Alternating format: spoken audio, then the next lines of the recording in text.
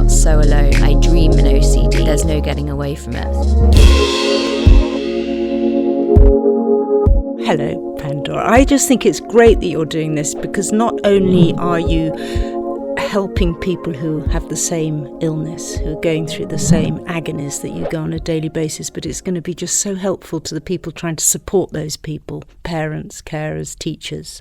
So I think trying to get into Pandora's head is a very good place to start. Are you ready?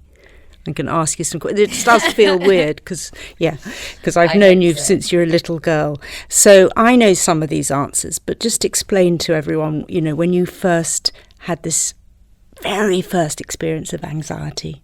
I think it was when I was about 4, and I was absolutely paranoid about security, mum and dad dying, friends not liking me, and just generally feeling just very anxious all the time. Wow, 4's very young to feel those things, but also to remember those things. So obviously really penetrated your mind, your subconscious. And how was it manifesting itself? What were you showing?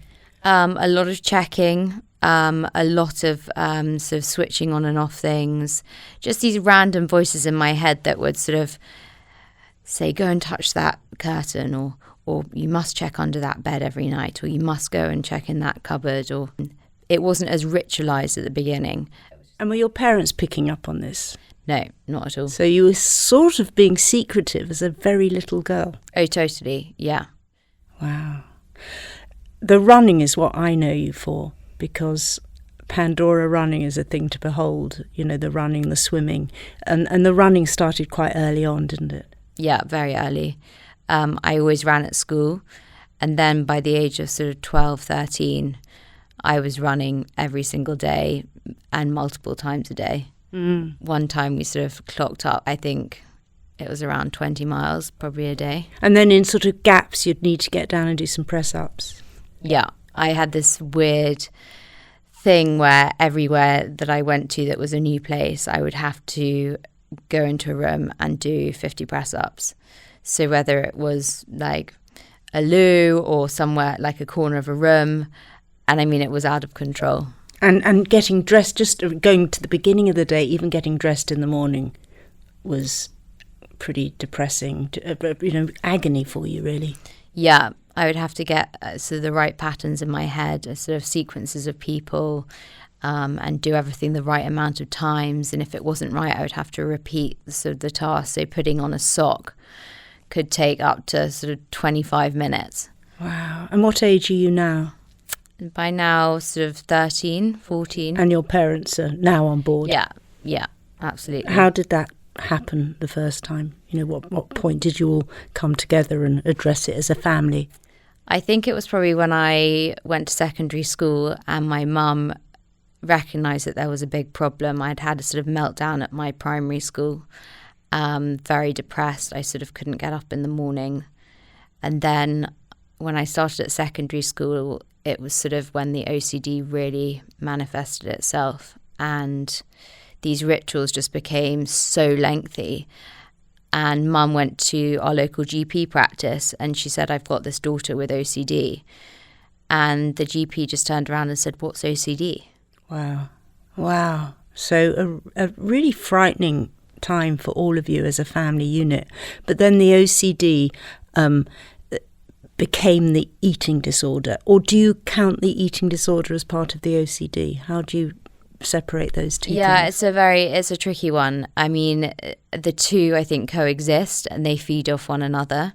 So I think I've learnt to see them as separate conditions, but, I'm very aware that there's a lot of overlap. Yeah, because, again, I have a memory of having family meals with you, and there was very much your food and then the food everyone else was eating. Even though we might be eating incredibly healthy food, you still had your own kit.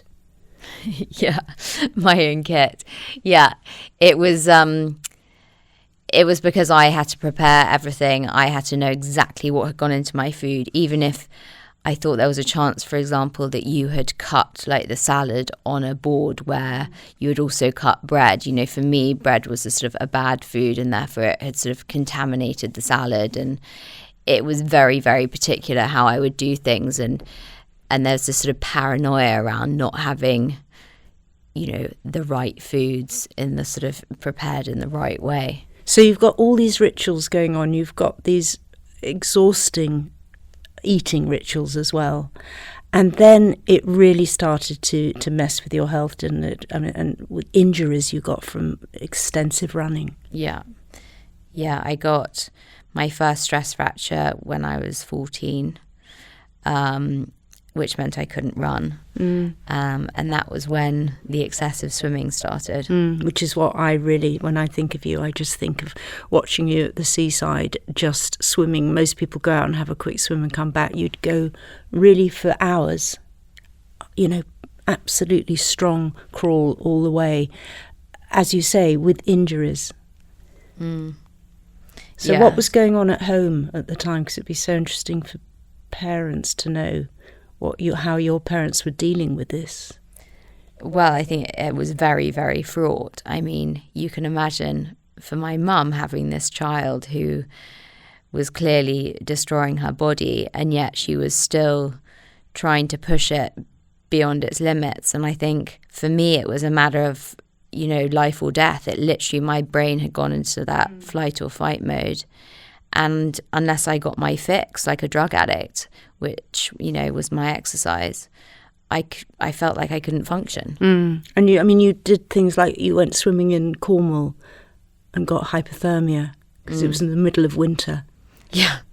Yeah, I was revising. I remember I was revising for my A levels, and every morning I had to go for my swim, and the sea was the only option, and it was literally snowing outside. And off I went, and sure enough, I collapsed on the beach, and the ambulance had to come. Pandora. And also, bike rides in the middle of the night. I feel for your parents as a parent myself.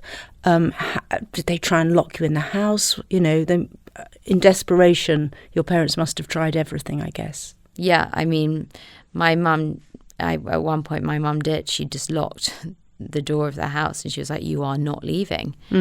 I was completely out of control. I mean, I was literally trying to climb out the window.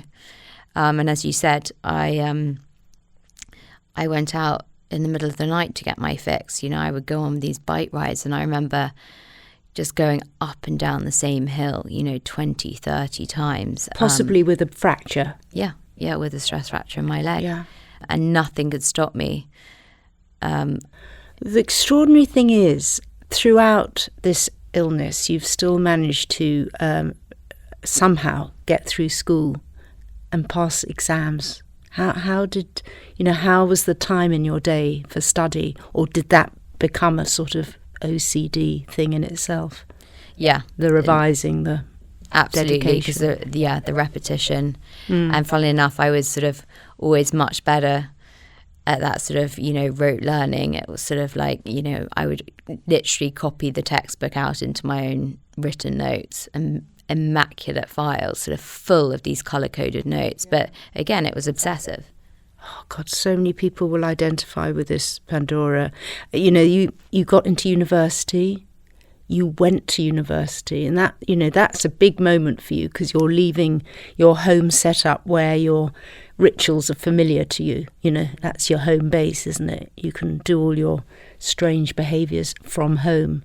How did you cope when you first got into your halls of residence? It was a complete nightmare. I remember being given the key to this room, and I'd arrived with a camping stove and a tiny little fridge, because I knew that the food was going to be a real issue. And my room became my prison. I mean, it was just, thinking back to it just sends shivers down my spine. It was just on this sort of long corridor, like very impersonal. And I felt so alone, so alone. Did you make friends? I did, miraculously. But it was sort of at arm's length. Everyone at university usually sort of has these shared experiences, and they have stories from the night before, and I would overhear all this sort of like, "Oh mate, did you get wasted last night?" And I was just always on my sort of little strict schedule, and I would have to be in my bed by sort of midnight so I could get up the next morning to make my porridge, to then go to the gym for a few hours, to then study. You know, it was just, I was like a robot. I was living this soulless. Oh, Pandora. And also the university you were at, you had a year out in theory, didn't you, that you could go abroad and study. So presumably you had to miss that. That would have just been out of control. Yeah, missed that, and actually spent the year on crutches, which was pretty miserable. I remember it was snowing up in Edinburgh and just trying to get to my lectures on these crutches, and they would just sort of like skate away from me. I was like, it was just, the whole thing was just a hideous nightmare. And meanwhile, you are trying, you're seeing counsellors, you're trying different things, you're clutching at straws, your parents are frantically researching. Is it easy to find help out there? It's much harder than you would think, and especially for a condition like OCD. Anorexia and eating disorders are slightly, you know, the path is, I'd say, more well-trodden. But for OCD, the treatment it has to be so invasive to make shifts when it gets to a certain level that actually it's not great, no, in my opinion, especially in the UK. Yeah. So your parents are just hitting brick walls, you know, an absolute heartache, I presume. You're hitting brick walls, probably literally, trying to climb up them. And yet you got through university and you managed to start a degree, what do you call it in law? A conversion, You decided to become a lawyer and you actually started your law conversion. Yeah. How do you look back on that? I mean, I just don't know how I got through it, but I was so determined. From the age of 8, I think I decided that I was going to be a lawyer. That was like another should, and that was another box that I had to tick to be the sort of perfect person. And, you know, it was like I had to deserve my existence on this planet, and I had to win it, and I had to become this qualified lawyer. And then suddenly I felt I was going to have this epiphany, when in fact that was obviously far from the truth. Yeah. And then, of course, lockdown, where you haven't got any opportunity to go out at all. Did things get worse for you during that time? Yeah, it was a really, really lonely, horrible time. And I just went into that self-destruct mode, and the light just completely went out. And So it got worse. You sort of went, is there such a thing as going backwards? When you've got such an extreme condition, can it get any worse? Yeah, I know. Well, I thought, I thought I'd hit rock bottom when I was at the law firm, and that wasn't my rock bottom. How have you managed with relationships? I mean, how's your relationship with your parents now? Is it like you're all on this sort of project, and all your energies go towards this sort of goal of somehow finding the elixir that's going to put you in a better place? Yeah, it's interesting. I mean, I think a lot of my issue has been around my codependent relationship with my mum. And so a lot of my recovery has been sort of a conscious separation from her. Yeah. But of course, you know, they're my parents. We're always going to be, you know, tied together by virtue of being family. But it's put a real strain on my relationship with my brother. I think he finds it very, very hard to accept that he has a sister who's ill and he can't see it. Is that part of the problem, that people don't see it as an illness? Yeah. They just see it as a sort of, I don't know what do they see it as? They see it as something that... Condition sounds sort of different, doesn't it? Like a sort of skin complaint or something. Yeah. And, even my dad, who I love dearly, he would say to me, come on, Pandora, it's just a matter of determination. And I think that really sums up a lot of people's attitude towards mental illness. It's, if you haven't suffered from a mental illness yourself, you cannot fathom why someone can't just pull themselves together and snap out of it. And I get it. I really get it. But when it lives on inside you, it's like a second brain, and it whirs away constantly. You know, I dream in OCD. There's no getting away from it. As we're sitting here, are you thinking other thoughts. Yeah. Tell me, try and describe that as we're just sitting here. Are you thinking what you must do next, what you should be doing now? The fact that we're sitting still for so long, is that a problem? Yeah, well, it's the starting new things, which I find a real challenge. So my OCD manifests itself around avoidance of new things. And when I do a new thing, my OCD wants me to do a whole load of compulsions, talk about the right people, imagine the right people, do the right exercise, eat the right foods, do things in the right order, following it. So it feels like this overwhelming sort of litany of things that if I can, I'll avoid. And that's what happens when it gets really bad. So just starting this is proving to my OCD that actually this is something I really want to do, and I'm not going to let the OCD interfere with that. So is that sort of why you've decided to do this podcast? As part of hopefully some kind of recovery is a terrible word to use, isn't it? Yeah, I think but it's sort of progress. Yeah, I think for me, this is the first time that I'm really doing something I feel incredibly passionate about.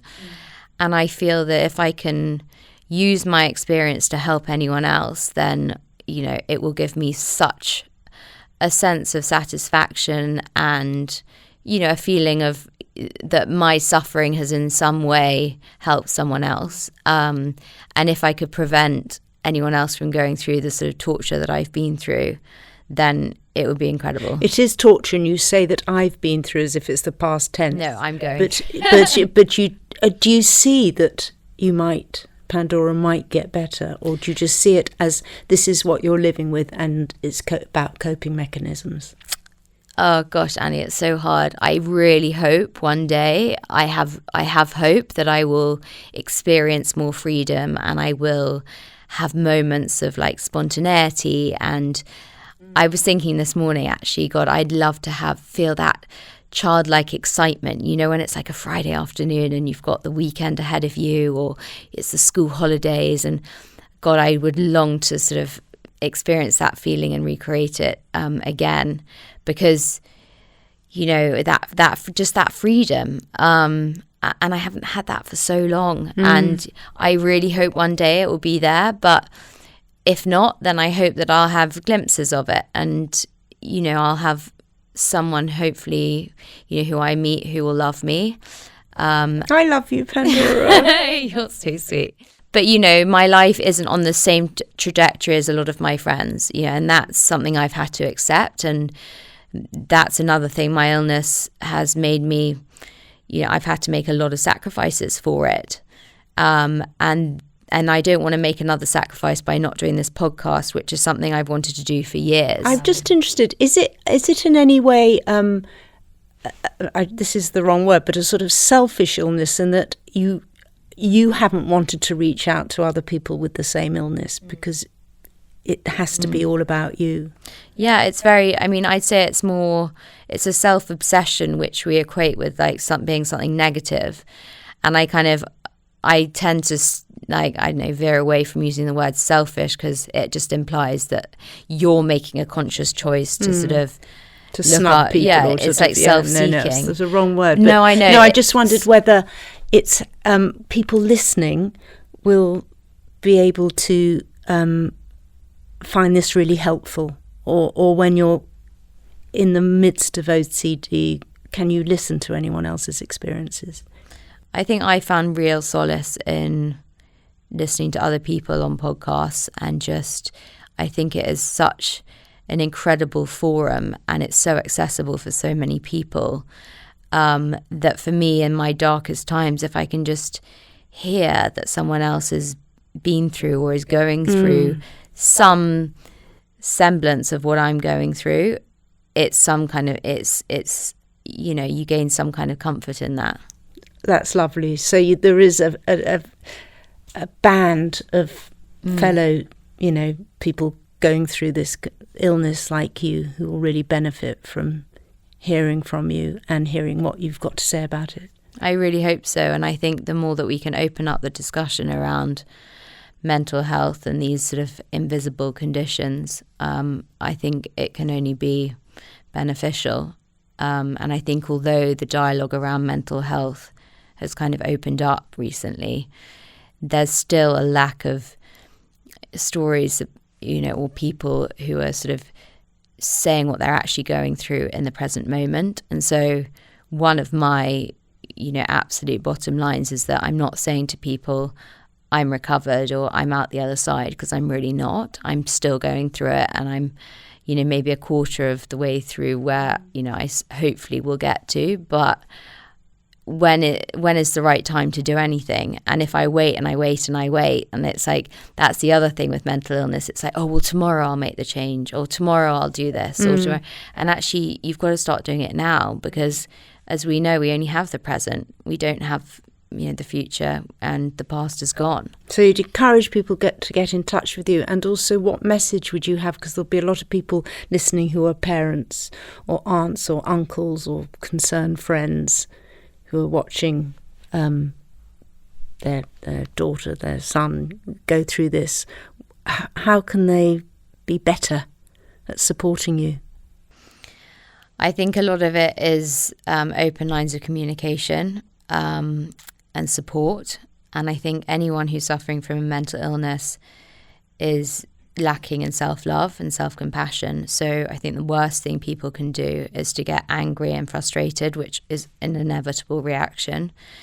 But I think one thing we need to focus on is sort of helping people build that self-compassion. And if I can do anything to help that, or just kind of chivvy them along, then that would be great. And I also think the more knowledge people have around what there is out there to help them, which again is what we're going to do with this podcast, is interviewing interesting professionals and people who are practicing different forms of therapy, because there is a lot out there. And people sort of throw around these acronyms like CBT and EXRP and NLP. And actually, I want to really deconstruct those methods of therapy and to try and teach people how they can maybe help in different ways. Because having been sort of, on this treadmill for a long, long time, I've definitely done the rounds, and I've sat in a lot of kind of rooms with different practitioners. And I would really love to try and educate people more about how they can help themselves. So on a day-to-day basis now, what are your coping mechanisms? What are you doing? So I try to stick to quite a strict daily schedule. Obviously, exercise is still like a crucial part of my daily schedule, and I'm trying consciously to reduce that and get it down to sort of a sensible amount. I have a mentor, which has really, really helped. I still carry on with my therapy once a week, and I find writing can be incredibly helpful. Actually, just setting myself little goals, whether that's cutting down on something or starting something new. So for example, today, this is a huge exposure for me. So what we call in OCD, we call exposure work. So basically facing the bully and doing exactly the opposite to what the bully wants. So I'm consciously always trying to do that. So I kind of try to describe it, when my brain wants to go left, I have to go right. And if you imagine, it's like having a tug of war with something, and it's like consciously trying to let go of the rope and just let it go, like you're not tussling with it. And I really think that, the love and support of friends is crucial. I have a very lovely network of friends who know about my struggles and who I can, offload on occasionally. And it's just really, I'm not saying that I meditate or I'm some kind of guru who does, a lot of mindfulness-based stuff, because I often find that actually my mind's so busy that I can't switch off. But I do find that the more that I implement this tactic of sitting in that anxious, messy state and doing exactly what my OCD doesn't want me to do, the more that it just loosens its grip a bit, and I can prove to myself that I can do it. And it's like the steepest bit of the mountain is the bottom bit, and then as you sort of start to do it more and more. Does it feel exhausting having OCD? Yeah, it is. I mean, it's like having another full-time job. It is, and it is wearing away all the time. There is no on-off button. You you just think in OCD the whole time, and you do learn just to be able to think alongside your obsessing brain. So I kind of do sometimes wonder, if I didn't have OCD, then, where would my mind go, and what would I be focused on, and what would my passions be? But obviously the OCD has dictated so much of my life thus far, except for this. And this is why this podcast for me is such a revelation and such a sign of my recovery and my step towards, being the person that I want to be, rather than being kind of ruled by this dictator in my head. Yeah, get rid of that dictator in your head. If this is the first step towards that, well, I just wish you so much luck.